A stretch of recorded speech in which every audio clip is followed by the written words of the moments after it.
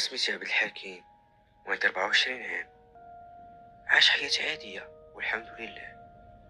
واخا كانت شي مشاكل ولكن ديما ما كنخليهاش تأثر على النفسية ديالي.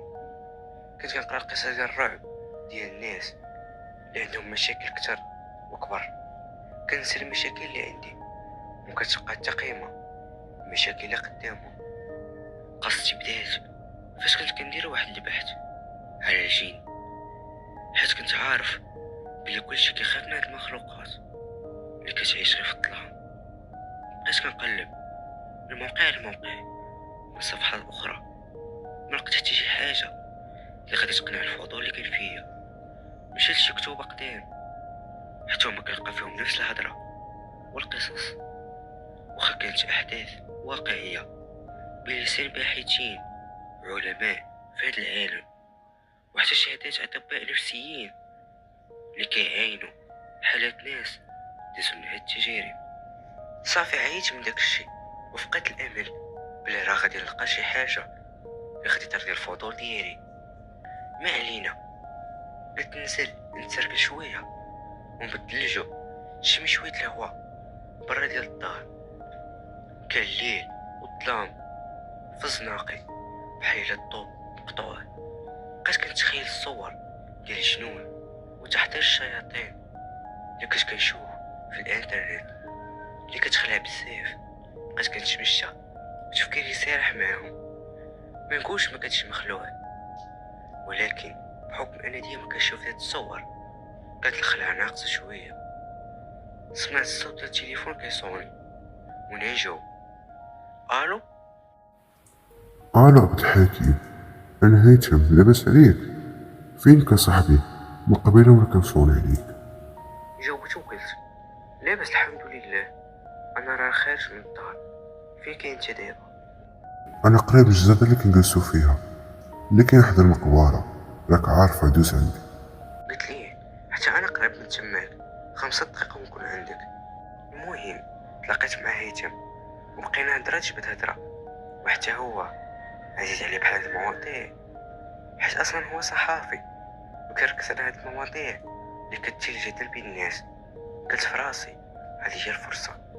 عاودت ليه كلشي بالتفصيل الممل وطلبت منه يعاونني ويشوف لي شي قصه تكون مرعبه من الذوق تاعو لكن تكون واقعيه وحقيقيه. قال لي صافي، انا غادي نشوف لك شي قصه تكون من النوع اللي كيعجبك. وهنا وصلت الوقت اللي غنتفارقوا فيه. ورجعت انا للدار وقرأت واحد القصه تاع السحر الاسود.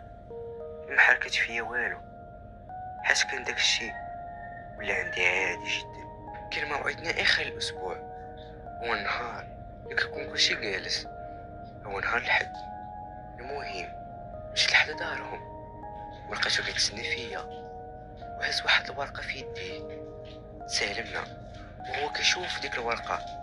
سولتو تي اش؟ قال لي هذا العنوان تاع السيد اللي غادي نمشيو عنده. وبدات عليه اعراض الخوف والتوتر وهو يفاجئني وقال لي خويا عبد الحكيم بلا ما يمشيو لهاد البلاصه. انا تفاجأت علاش وهو كان متحمس وهو اللي اقترح عليا انا نمشيو عند هاد الشخص. صافي وانا شد عنده ديك الورقه باش نقرا العنوان، وفعلا كان العنوان مرعب. واحد المنطقه سميتها ساحل البرارك الموت. هذه المنطقه اللي كانت معروفه بشحال هادي عباره عن برارك عشوائيه وقديمه كانت في النواحي ديال المدينه، واللي ما كنلقاش شي واحد فين يسكن كيدير فيها براك ديالو وكيستقر تما. هي بعيدة علينا شوية، ولكن في الأواخر الناس كانوا كيسمعوا فيها صداع جي من جهتها. ماشي صداع عادي، كان بحال غوات تاع الناس كيتألموا.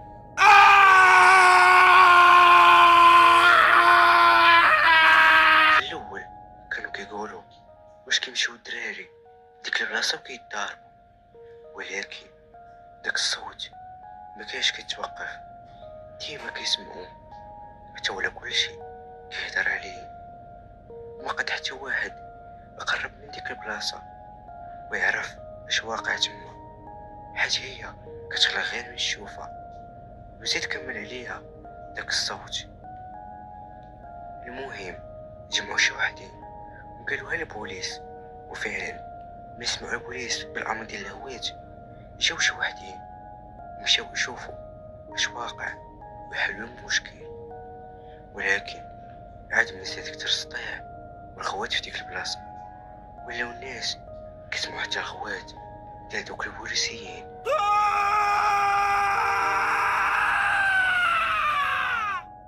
كبر الموضوع بزاف ومشاو يقولوا لها الاعضاء الاخرين اللي كاينين في الكوميساريه. جاو الدعم وديك البلاصه شدوها ومنعوا اي واحد يدخل ولا يقرب من ديك البلاصه حتى يعرفوا اش واقع في ديك البلاصه. واللي كانوا عارفين هاد الناس هو بلي دوك البوليسيين اللي جاو في الاول كلهم ماتوا من غير واحد اللي خرج من دوك البرارك وكيغوت بهستيريا وبغى يجري وتالف وما عارف فين يمشي ولا فين يجي. قالوا واش شي واحد اللي هجم عليه، ولكن ملي قربوا منه لقاو عينيه بجوج محيدين بواحد الطريقة مفزعة، بحال الا محيدهم شي واحد بيدو، ووجهو عامر دم وكيغوت.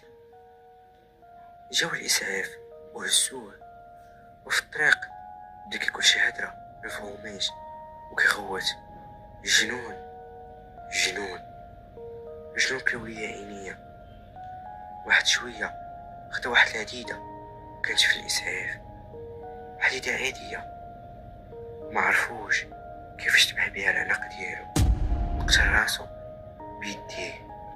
ملي سمعوا الناس هاد الهضرة مبقى حتى واحد يقدر يقرب من ديك المنطقة، واي واحد زعم ودخل تماك كيسمعوا الصوت ديالو كيغوت وما كيبقاوش يشوفوه مرة اخرى. تجمعوا الناس واتفقوا بلي غادي يشعلوا العافية في ديك المنطقة باش اللي فيها يخرج وتوضح لهم الامور. وبالفعل شعلوا العافية في ديك البلاصة، ولكن ما خرج من تما حتى واحد، وما بقاوش كيسمعوا دوك الاصوات والغوات اللي كاين تما. وكانوا عارفين ان حتى واحد ما غادي يخرج من ديك البلاصة من غير البوليسي اللي كانوا محيدين ليه عينيه وانتحر قبل ما يعرفوا حتى حاجة على ساحل براريك الموت. من طفات العافية وتحبس الصوت زعموا شي وحدين وطلعوا على ديك البلاصة من بعيد وتفاجئوا مبان ليهم والو، لا جثث ولا اي حاجة. المكان خاوي ومهجور ما فيه حتى واحد، ورجعوا في حالهم خايفين لا يوقع عليهم بحال ما جرى الناس اللي كانوا تما، واخا ما عارفينش اش وقع عليهم. ومن داك الوقت تسمات المنطقة باسم ساحل براريك الموت، وكلشي تحول من حداها وبقات معزولة، حيت اللي كيدخل ليها ما كيخرجش حي ولا حتى ميت، وكلشي ولا عارف انه ممنوع دخول هذه المنطقة المحظورة. وحنا هذا هو اول واحد كنسمعوا به ساكن في هذه البلاصة، هو اللي عندنا العنوان ديالو وكنا باغيين نمشيو نشوفوه. غير قريت العنوان كنت بغيت نقول لهيثم بلي نمشيو لعندو، هادشي فيه الموت نقلبوا على شي حاجة اخرى. انا باقي بغيت نعيش ولكن الفضول ما خلانيش اثر على تفكيري. بديت كنقول مع راسي انا دابا راه بديت وخاصني نكمل، وهادشي علاش كنت كنقلب من الاول. سولت هيثم قلت ليه واش غادي تمشي معايا ولا لا، قال لي ضروري غنمشي معاك، ميمكنش نخليك بوحدك. صافي تاكدنا بلي حنا خاصنا نمشيو لهاد البلاصه، وشدينا الطريق واخا كانت طويله شويه ولكن ما حسيناش بيها حيت كنا متحمسين وفي نفس الوقت كنا مخلوعين. كل واحد فاش كيفكر وكيتخيل المنطقه كيفاش غادي تكون. وصلنا تما وباقي النهار كان تما خاوي، وكان شباك قدام كيبان منهم الرعب وشاتم تاع الحيوانات في الأرض. حسيني بالخلعة، وأنا ما عمري حسيت بحال هاد الإحساس، حيت أنا كنت غير كنقرا ولكن مكنتش كنعيش. ودابا أنا كاين في بلاصة ماتوا فيها العديد من الناس. كان الجو فيه الضباب بحال إلا غادي تصب الشتا. تخلعت وهيثم كان مخلوع أكتر مني. تحكمت في راسي وجريته، قلت ليه يلا نتحركوا. بديت كنسمع شي أصوات غريبة وكنحس بحال شي واحد تابعنا. كنتلفت وكنبغي نهرب ولكن مكنلقى حتى واحد. كملنا الطريق أنا وهيثم حتى وصلنا بالضبط لبراك دراجة كانت كتخلع غير من الشوفة، لا باب ولا شراجم، وكتخرج منها واحد الريحة غريبة وكارهة بزاف. وانا نقول اعوذ بالله من الشيطان الرجيم، وانا ندق الباب. دقيت المرة الأولى ما كاين والو، وانا نقول مع راسي يا ربي ما يكون حتى واحد باش نرجعو، ولكن الفضول ما كيعرفش هاد الهضرة. وانا نعاود دقيت المرة الثانية وانا سمعت صوت تاع خطوات وتحل الباب. بانت لي واحد المرأة ماشي كبيرة بزاف ولكن وجهها كان شارف وفيه كثر التجاعيد وكيخلع. بقات غير كتشوف فينا وانا نغص هيثم لكن مخلوع اكثر مني. نغزتو باش يهضر معاها يقول شي حاجة حيت هو كيعرفها اكثر مني. وهو يهضر معاها وقال السلام عليكم الحاجة، لاباس عليك؟ واش كاين السي الحاج عبد الله؟ هي بقات غير كتشوف فينا ما قالت حتى كلمة. وهو يعاود هيثم قال ليها صافي الحاجة وقيلا غير نمشي. وهي ترجع شوية للور وحلات الباب مزيان وشيرات لينا بيديها باش ندخلو. ودخلنا وباقي مخلوعين. المهم داخل كان كفاس من برا، كانت البراكة كاملة خانزة ومعفونة ومظلمة، والحيوطة موسخين والحشرات في كل بلاصة. المهم البراكة كان دايرة كيش قبر.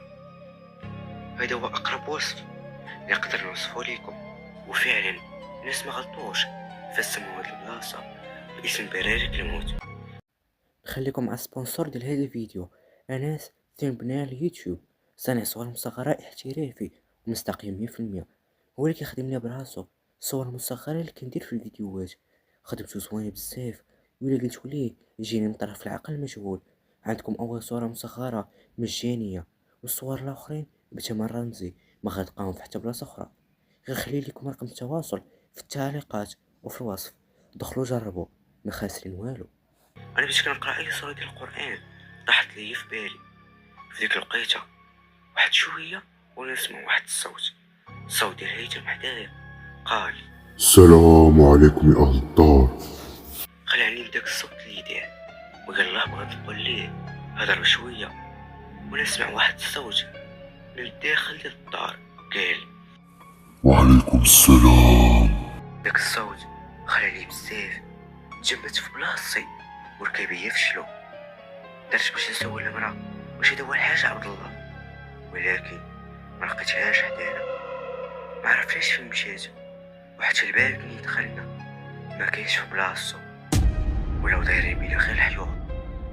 وانا نغوت هيثم فين هو الباب ملي دخلنا وفين المرا اللي حلات علينا. هيثم تبدل فيه اللون بحال شديتي هيثم وحطيتي صنم مبقى كيقول حتى كلمه وفشل ومبقاش قادر يوقف على رجليه. وهداك اللي ما عرفناش شكون كان كيسمع فينا وهو يعاود وقال لينا تفضلوا دخلوا عندي ونفهمكم واش كاين. انا وهيثم بقينا غير كنشوفو في بعضياتنا ما عرفناش اش نديرو. تبانو لنا شي شراجم كاينين في الكوزينه. شفت في هيثم وهو يلوح ليا براسو واخا دوك الشراجم كانوا صغار وما قدروش يخرجونا، ولكن واخا هكاك الفضول ما خلانيش. تشجعت وقلت والله حتى دخلنا هذاك الراجل الشارف ولقيناه سجن وملقيناش شي حاجة غريبة. لقينا إنسان عجوز عادي جالس في كرسي ديال معوقين، وحده واحد الكاشة عامرة وسخ وغبرة. كان معلق حداه شي أكياس فواحد الحديدة بحال الصيروم، وكان خارج منها تيوات وداخله في العنق ديالو. انا بقيت كنشوف داكشي بدهشه وخلع، وهو يقول لي هادشي اللي كتشوف هو اللي كيخليني نحرك راسي وعنقي. انا ما بقيتش عارف شنو ندير ولا شنو نقول. بغيت نبتسم ما قدرتش، ما قدرت ندير حتى شي حركه، حيت ملي شفت في وجهو تصدمت. كانت عنده واحد العين محيده والجمجمه ديالو كتبان. تخيل المشهد اللي شفتو في ديك اللحظه، وعينو الاخرى كانت بيضا وما كيشوفش بيا، وهنا بقى فيا. وقلت مع راسي شنو دار هاد السيد حتى ولا بهذا المنظر، وشنو كيدير اصلا في هاد البلاصه الملعونه. بقيت غير سارح ما عرفتش اش غنقول. واحد شويه هيثم قطع داك السكون وقال الحاج، هذيك المرة اللي حلات علينا الباب فين مشيت؟ هو حضر راسو وقال رجعت من البلاصة منين جيت. هو ابتسم بألم.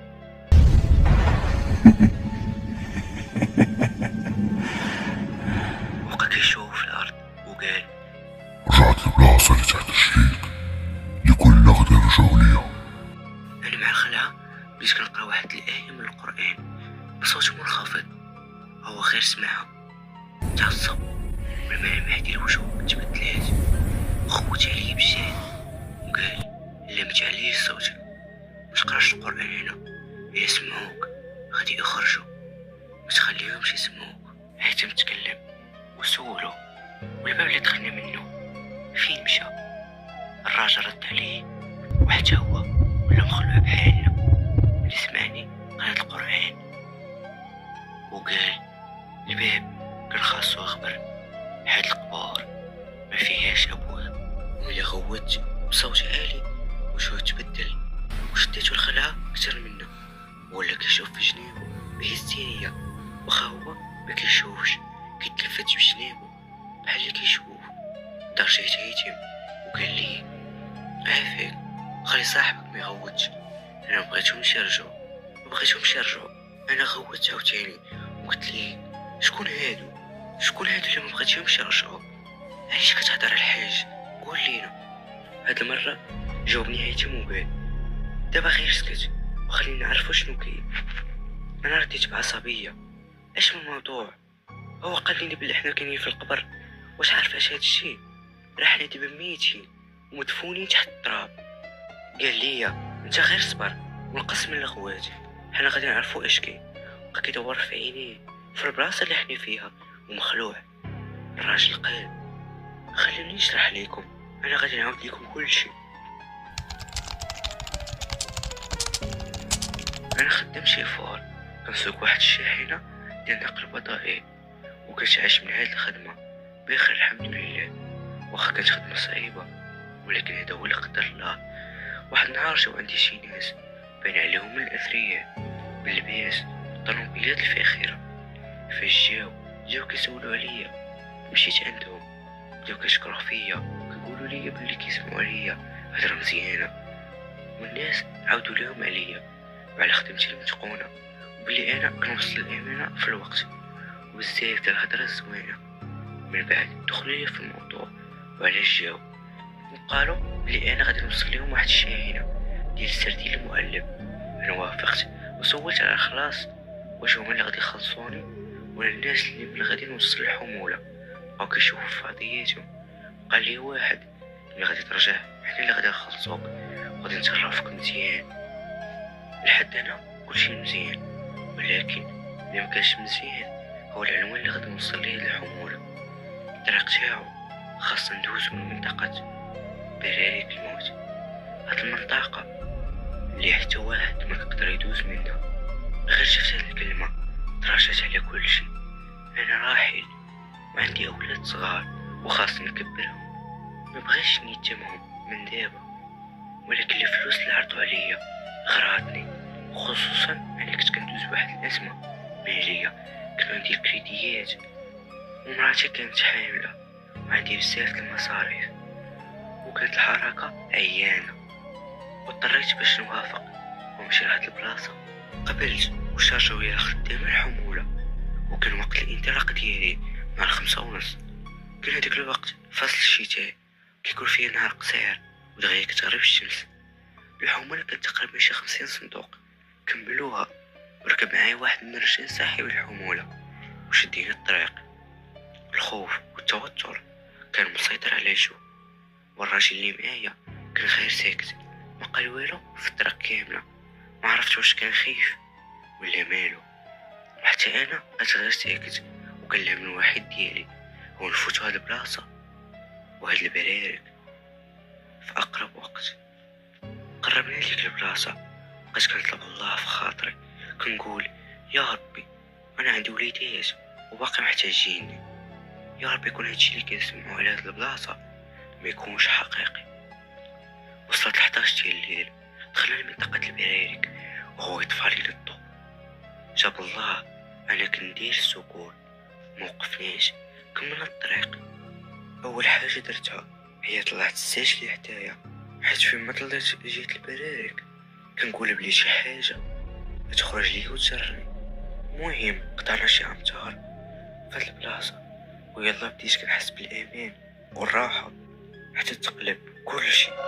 الراديو خدم راسو، الاذاعات بداو كيتبدلوا بوحدهم. يلا بغيت ندير ايدي باش نطفيه ونسمع واحد الغوته طيراتني وخلعتني وجمدت لي الدم في ركابي. رجعت ايدي وقلت بسم الله الرحمن الرحيم. شفت في الراجل اللي معايا ما تحركت فيه حتى شعره، بقى مسمر بحال الصنم. شفت قدامي وبقيت مركز مع الطريق، واحد شويه حسيت بالكاميو ولا غادي غير بشويه بحال الا هز لي جبل. انا فكرت نقرا القران بصوت عالي، ولكن عاد ما زدت حماضت وهي تنفجر واحد الرويضه ديال الكاميو. انا غوت وجريت لبورا ديال الديريكسيون بعصبيه باش ما خليش الشاحنه تقلب، حيت الا تقلبات راه مصيبه كحله. والضو تاع السكون حتى هو بدا كينخافض، بقى كيبان لينا والو في الطريق، وفي اي لحظه نقدر نصطدم بشي حاجه. لتاني وحده شفت الشخص اللي ظهر قدام الشاحنه، ما شفت شكله حيت كان عباره عن كتله من الفحم، عينيه اللي شعلوا بالضو الاحمر بحال الليزر. اما ليا عينيا ملي مشى داك الضو تاع عينيه مبقى كيبان ليا والو، غير صفات ليا الصوره. لقيت راسي قدام محيط كبير، بغيت نغوت صافي الشاحنه ضربات في الحلم. وصلت الصمت لثواني، ما كانت حتى صوت، كان الهدوء. تحركت من بلاصتي بواحد الالم، حسيت بحال الا عظامي كلهم تهرسوا ووجهي عامر دم. بغيت نعاود نديماري الشاحنه ولكن والو، بلا فايده. عييت وشعلت كاع الضوابط اللي كاين في الداخل ديال الشاحنه. شفت حدايا الراجل اللي كان حدايا، فين هو؟ فين مشى؟ اختفى من بلاصتو، مبقيت عارف شنو ندير. توترت، بغيت ننتحر ديك اللقطه، عرفت بلي شي حاجه غادي طرا ليا.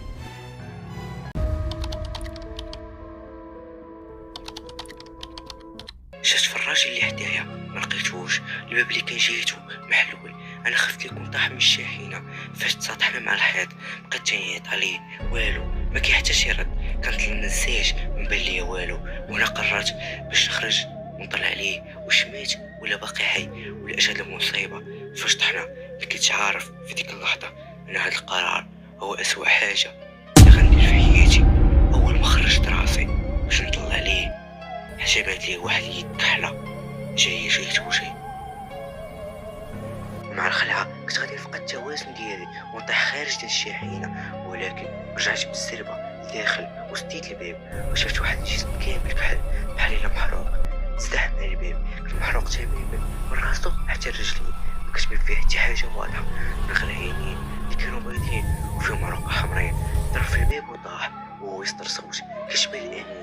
دخل ايدي بحال باغي يشد في الكوزين اللي حدايا، وانا بالغريزه ديالي هزيت رجلي ونركلي على يديه باش يبعدها. وكانت الخلعه في ديك اللحظه غادي تسكت لي القلب. قلت مع راسي راه يقدر يتألم ويطلق من الكوسين ويبعد مني، ولكن الامر كان اسوء. ملي ضربته تقطعت لي يديه ويغوت واحد الغوته زلزلت لي المكان كامل، وهو يرجع للور وصدر واحد الصوت ما كاينش عادي، كاع بحال الصوت ديال الوحوش والحيوانات. سديت الباب ملي كان باغي يدخل ورجعت تكملت في بلاصتي وما قدرتش نحيد عينيا من جهه الباب، وبقيت تنردد في القران والاذكار. اليد اللي بقات حدايا ديالو كان ديال الانس، ولكن هو ماشي بنادم. انا حاولت نشوف عاوتاني واش كاين شي حاجه برا ديال الشاحنه، ولكن هاد المره طلعت غير من الستيج واش نعرف واش مشى ولا باقي. ولكن الصدمه انه ما مشاش باقي، ولكن هاد المره ماشي غير بوحدو. كانوا بداو كيتجمعوا واخا الضو كان ضعيف، كنت كنشوفهم ماشي واحد ولا جوج ولا 10 ولا 20، كانوا اجسام بحالها محروقه، ما عرفتهم صغار ولا كبار، واش انس ولا جين. تعرفت ان هادو هما سكان بلاليك الموت. الناس كانوا كيحكيو عليهم وطلعت القصه فعلا بصح هادو هما الناس اللي تحرقوا وماتوا في هاد البلاصه. بداو كلهم دايرين بالشاحنه، شافوا فيا من السيج، طلعوا كلهم فوق ديال الشاحنه وبداو كيضربوا بالهستيريا، كيضربوا بالجهد، كانوا بغاو يهرسوا الشاحنه. انا تخلعت قلبي كان غادي يسكت، كل ضربه كيضربوها قلبي كيزيد يضرب اكثر واكثر. بقيت كنغوت على حرجي، ولكن شكون غادي يسمعك في ديك البلاصه المشهوره؟ وهما بقاو كيضربوا اكثر واكثر واكثر، تقربوا يهرسوا الشاحنه. في واحد اللحظه مابقاوش كيضربوا، نزلوا كاملين من فوق ورجعوا كاملين للور. بقيت كنسمع كيهضروا بكلام جماعي ما نفهموش، مره باصوات الرجال ومره باصوات عيالات، ما فهمت والو. المهم هو انهم بعدوا مني. هزيت راسي في الزيج نشوف فين مشيو، ولكن ما قبل حتى واحد فيهم. رجعت عندك الهدوء والصمت اللي حتى هو كيزيد من الخلع اللي كنت فيا. في ديك الوقت بقيت كنفكر في حل واحد. شفت وجه الطريق مبقى كيبان لي والو، ولكن موت من الخلع. شفت الانعكاس ديالي في المرايا وانا نقول نموت وسط هاد الشارع، نموت ولكن نحاول نهرب. كاين احتمال كبير الا هربت من الطريق من جينا نقدر نقضي حياتي، والاحتمال الاكبر انهم يشدوني حتى الباب ونموت. ما كان عندي حتى شي حل اخر. هزيت راسي وشهدت أشهد أن لا إله إلا الله، أشهد أن محمدا رسول الله. وحليت الباب وبديت كنجري. بقيت كنجري على حرج هادي وبلا ما تلفت ونعرف فين كنجري. تعكست في شي حاجه وعاودت نط وزدت كملت تجري بكل شيء اللي فيا، وعندي يقين بلي اني غنبعد من هاد البلاصه. لكن ما كنتش كنشوف حتى فين كنحط رجلي. عاودت تعثرت وطحت هاد المره، ولكن طاح فوق مني شي واحد منهم كان ثقيل عليا. يلاه بغيت نفلت منه وهو شدني واحد اخر من ايديا والثالث من راسي. صافي تجمعوا عليا كل واحد وفين شدني وجروني باش يرجعوني جهه الشاحنه. قدرت نحرك راسي وبالي واحد المنظر ما كنتش متوقعه. البعد الشاحنه خلفي محلول والصناديق اللي كنت فيه كلها مبعتره، والراجل اللي كان معايا كان واقف معاهم هو اللي كيلوح عليهم ديك الصناديق. هي ما كانتش صناديق ديال السردين كما قالوا لي، هذا كان اللحم ديال الانسان مقطع وعظام بشريه. بقيت مصدوم من هذا الواقع اللي شفت، وداك الراجل اللي كان معايا شافني وبدا كيضحك وقال لي معليش الحاج، حنا مضطرين نخليوك على الإخوان كلاو، ولكن هما محتاجين شي واحد يبقى عايش معاهم باش يخدمهم. المهم تيسايلات من صوتك، يلا سمح ليا خليتك على خير. بقيت كنغوت. انا ما فاهم والو، انا ما فاهم والو، بحال مسطي. وفي اخر الامر ما عقلت على والو حتى لقيت راسي في هاد البلاصه بحال كيما كتشوفوني دابا. ما عرفتش شكون اللي جابني ولا شكون اللي سقيا التيوبات فوقي. من داك الوقت وانا هنا لا انا حي ولا ميت، ما نقدر نخرج ما نقدر نتحرك. الجيل اللي كنت كنحاول نهرب بيه والعذاب اللي دوزو عليا هو اللي خلاني نتشلل ومبقيتش كنقدر نتحرك. المهم هما خلاوني نعيش وما قتلونيش. بقيت كنشوفهم كل نهار تيتسيفوا بحال الانس، وفي الليل كولوا عفاريت ممسوخه باجسام محروقه تياكلوا اللي كنلقاو حتى بعضياتو. انا خلاوني معاهم بحال الخدام وكنتسنى النهار اللي غادي يجي فيه شي واحد ياخد بلاصتي معاهم. انا الراجل الشارف كمل لنا الواقعة ديالو اللي خلات يكون في هاد البلاصة، وبقى وجهو مركز بيجيتنا بحال الا كيشوفنا. انا صافي الخلعة اللي ما عمرني حسيت بيها حسيت بها في ديك اللحظة. صافي داك الراجل الشارف سكت، غير سكت، وانا ندور راسي وانا نشوفهم.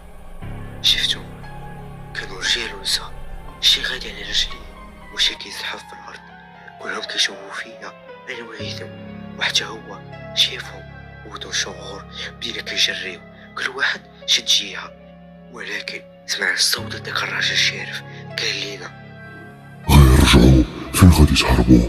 راه ضروري شي واحد فيكم يكون بلاصتي، خاصهم يدو واحد منكم، خاصهم يدو واحد منكم. برارك الموت، حتى واحد ما كيخرج كيما كان. مديناش في هدرتو، بقينا كنجريو وهما قربوا لينا وبغاو يشدونا وانا نغوت هيثم. شو غنديرو دابا؟ شفنا واحد الشرجم كان عالي وهو الحل الوحيد اللي عندنا. شبك يديه وقال لي نقز انت الاول وطلعني معاك. رجعت شفت ذيك المخلوقات قربوا لينا وقالت لي هيثم ولا شدوك. هو يغوت وقال لي ما كاينش الوقت، انا نقز ولا غادي نموتو بجوج. طلع لي داك الشرجم وتعلقت، يلا بغيت نمد ليه يدي باش نطلعو معايا وانا سمع الغوات ديالو. مبقاش كيبان ليا وسط داك العرام اللي دارو عليه. دوك المخلوقات مبقاش عارف اش غادي ندير ومبقاش يمكن لي نعتقو. نقصت لبرا وبقيت كنجري بحال الهبيل وكنغوت على حرجاتي حتى وصلت لواحد البلاصة فيها الناس وطحت في الارض. بقيت غير كنتمتم وكنغوت، ما عرفتش اش غنقول. جمعت عليا الشوقة ديال الناس بغاو يعرفوا اش وقع، ولكن فين هو اللسان اللي غادي يتكلم؟ ملي ما فهموا فيا والو داوني للمستشفى. بقيت شهرين كاملين في الصدمة. ملي شافوني ما تعافيتش داوني لمستشفى الامراض العقلية. حتى واحد ما كان تيق هدرتي ولا حتى مساعدني باش يسمعها ولا يعرف شي حاجة على براريك الموت. مبقاش كنقول هاد الواقعة لحتى واحد، حتى عاودتها لكم دابا. داز شهور على هادشي وانا ما كنخرجش من المستشفى. سمعت شي وحدين كيقولوا بلي الناس ولات كتختفى وكيلقاو شجرة مسروقة. وانا عرفت شكون هذا. هيثم صديقي المقرب، هو اللي ولا خدام دوك الموتى ديال البرارك، ولي ديما كنحس براسي منهم. عاش حتى انا مميز عرف ان هيثم جاي خيديني ونكون خدام ليهم. في كلا الحالتين غتكون نهايتي تماك وسط المتفهمين لكن البشر في برارك الموت. ما تنساوش لايك ومتابعة تقدير المجهودات اللي درنا. يلا بسلامة.